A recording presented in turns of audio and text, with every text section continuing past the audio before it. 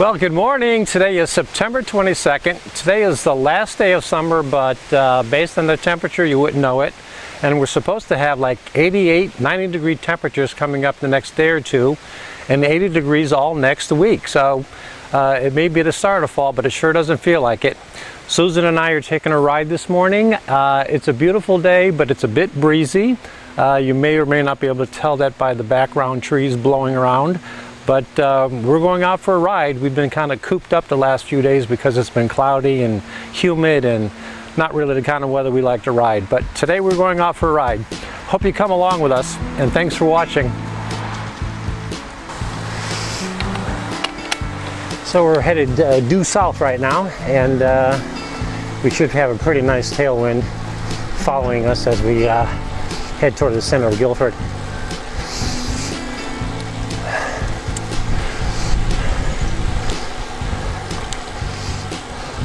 So I do want to mention, and I do want to salute Mark Beaumont. For those of you who are not familiar with who Mark Beaumont is, he's a cyclist from Great Britain. He is a world-class endurance rider. He has been for a number of years, and he just set an incredible record that I'm sure will stand for a very long time. He just completed riding around the world in 78 days. Unbelievable. That's remarkable. Now, if you can't get your head around the numbers, 78 days and riding completely around the world, which I believe is 18,000 miles.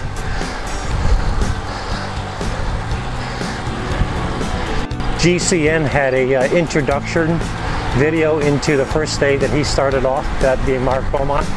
And Cy Richardson, one of the GCN presenters, rode with Mark on the very first leg of his 78-day journey. And that first day nearly killed Cy Richardson. Mark and Cy rode 230 miles on his first day. That's well more than a double century. And then Mark followed it up with 77 consecutive days of riding more than double centuries. That's really nuts. Unbelievable. So quite an achievement. Anybody in the cycling community who pays attention to social media or even the news, I'm sure you heard about Mark's achievement and Mark's record. And all of us stand humble before someone like that who can accomplish such an amazing feat.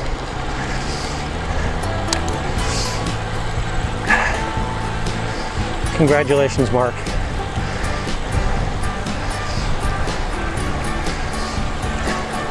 You know, what kind of preparation do you have to be able to not only handle that kind of physical challenge, but what sort of preparation do you need to have in terms of your bike support group and all that sort of thing?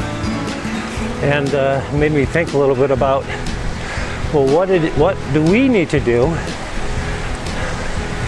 or what should we be doing as cyclists to get ready for whenever we ride? There are some basic things that you should be doing to make sure that you're ready to ride safely and all your equipment is in good order, and that you're prepared for anything that may happen to you while out riding, flat tires and that sort of thing. So personally, I have kind of a regiment that I follow when I get ready to ride, and actually when Susan and I get ready to ride, because I take care of both of our bikes to make sure that they're ready to go. But some very basic stuff you need to do with regard to your bike itself before you head out on the road. The first thing I do is I make sure that our tires are inflated correctly and properly, or at least up to the PSI that I like to keep both my tires and Susan's at. And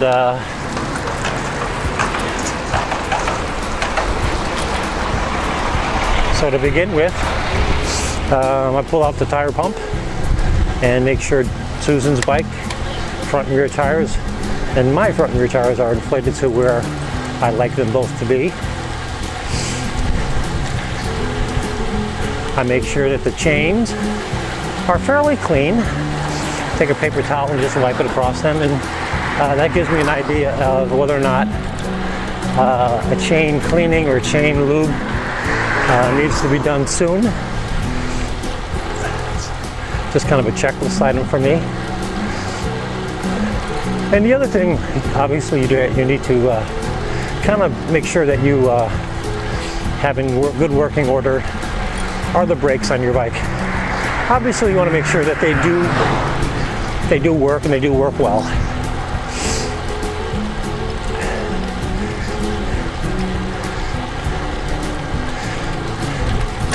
Now, from a clothing standpoint, what do you need to do to get ready to ride your bike? Well, I guess it depends a lot on what the weather is going to be like for you that day to determine whether or not you want to use shorts or tights, arms, leg warmers, jackets, hats, gloves, etc.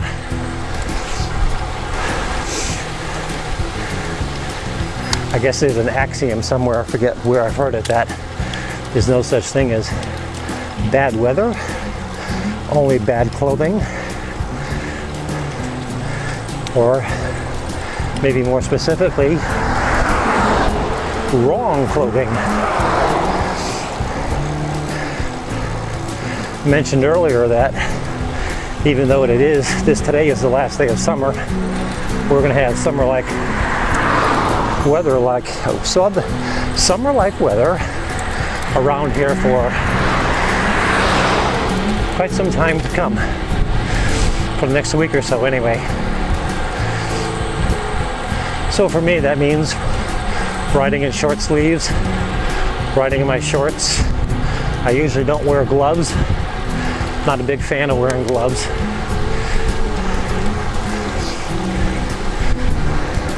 Even when it's hot and sweaty, I understand that it's kind of a safety concern that your palms and your hands can get sweaty, so you should wear gloves without fingers on them to first of all help pad your hands, and then to help to keep you from sliding and slipping around in the event that your hands are getting all sweaty.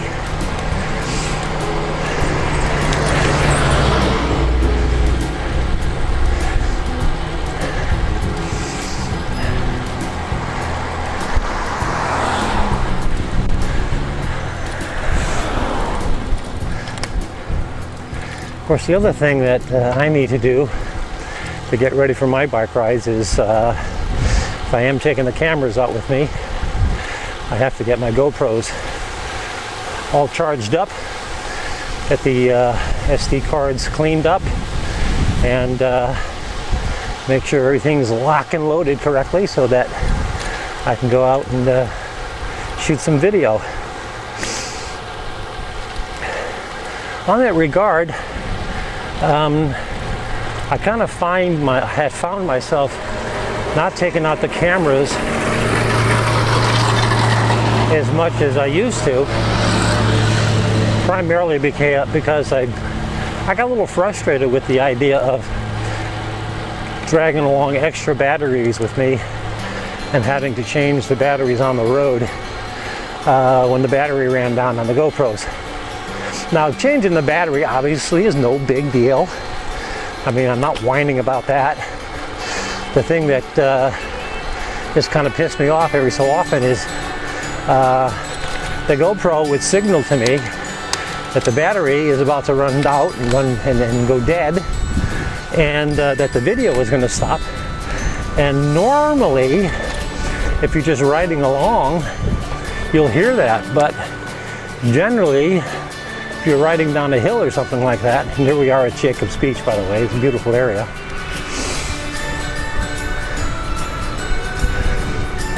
Getting back to the battery, if you're riding along and the wind is blowing or something, and the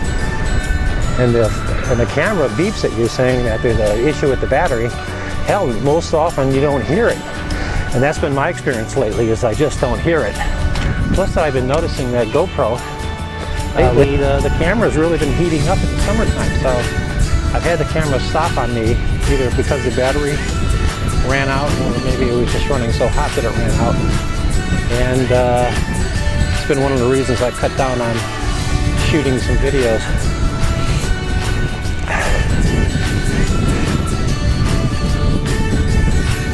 There's a nice scene for you. Fishing boat coming back into Guilford Harbor.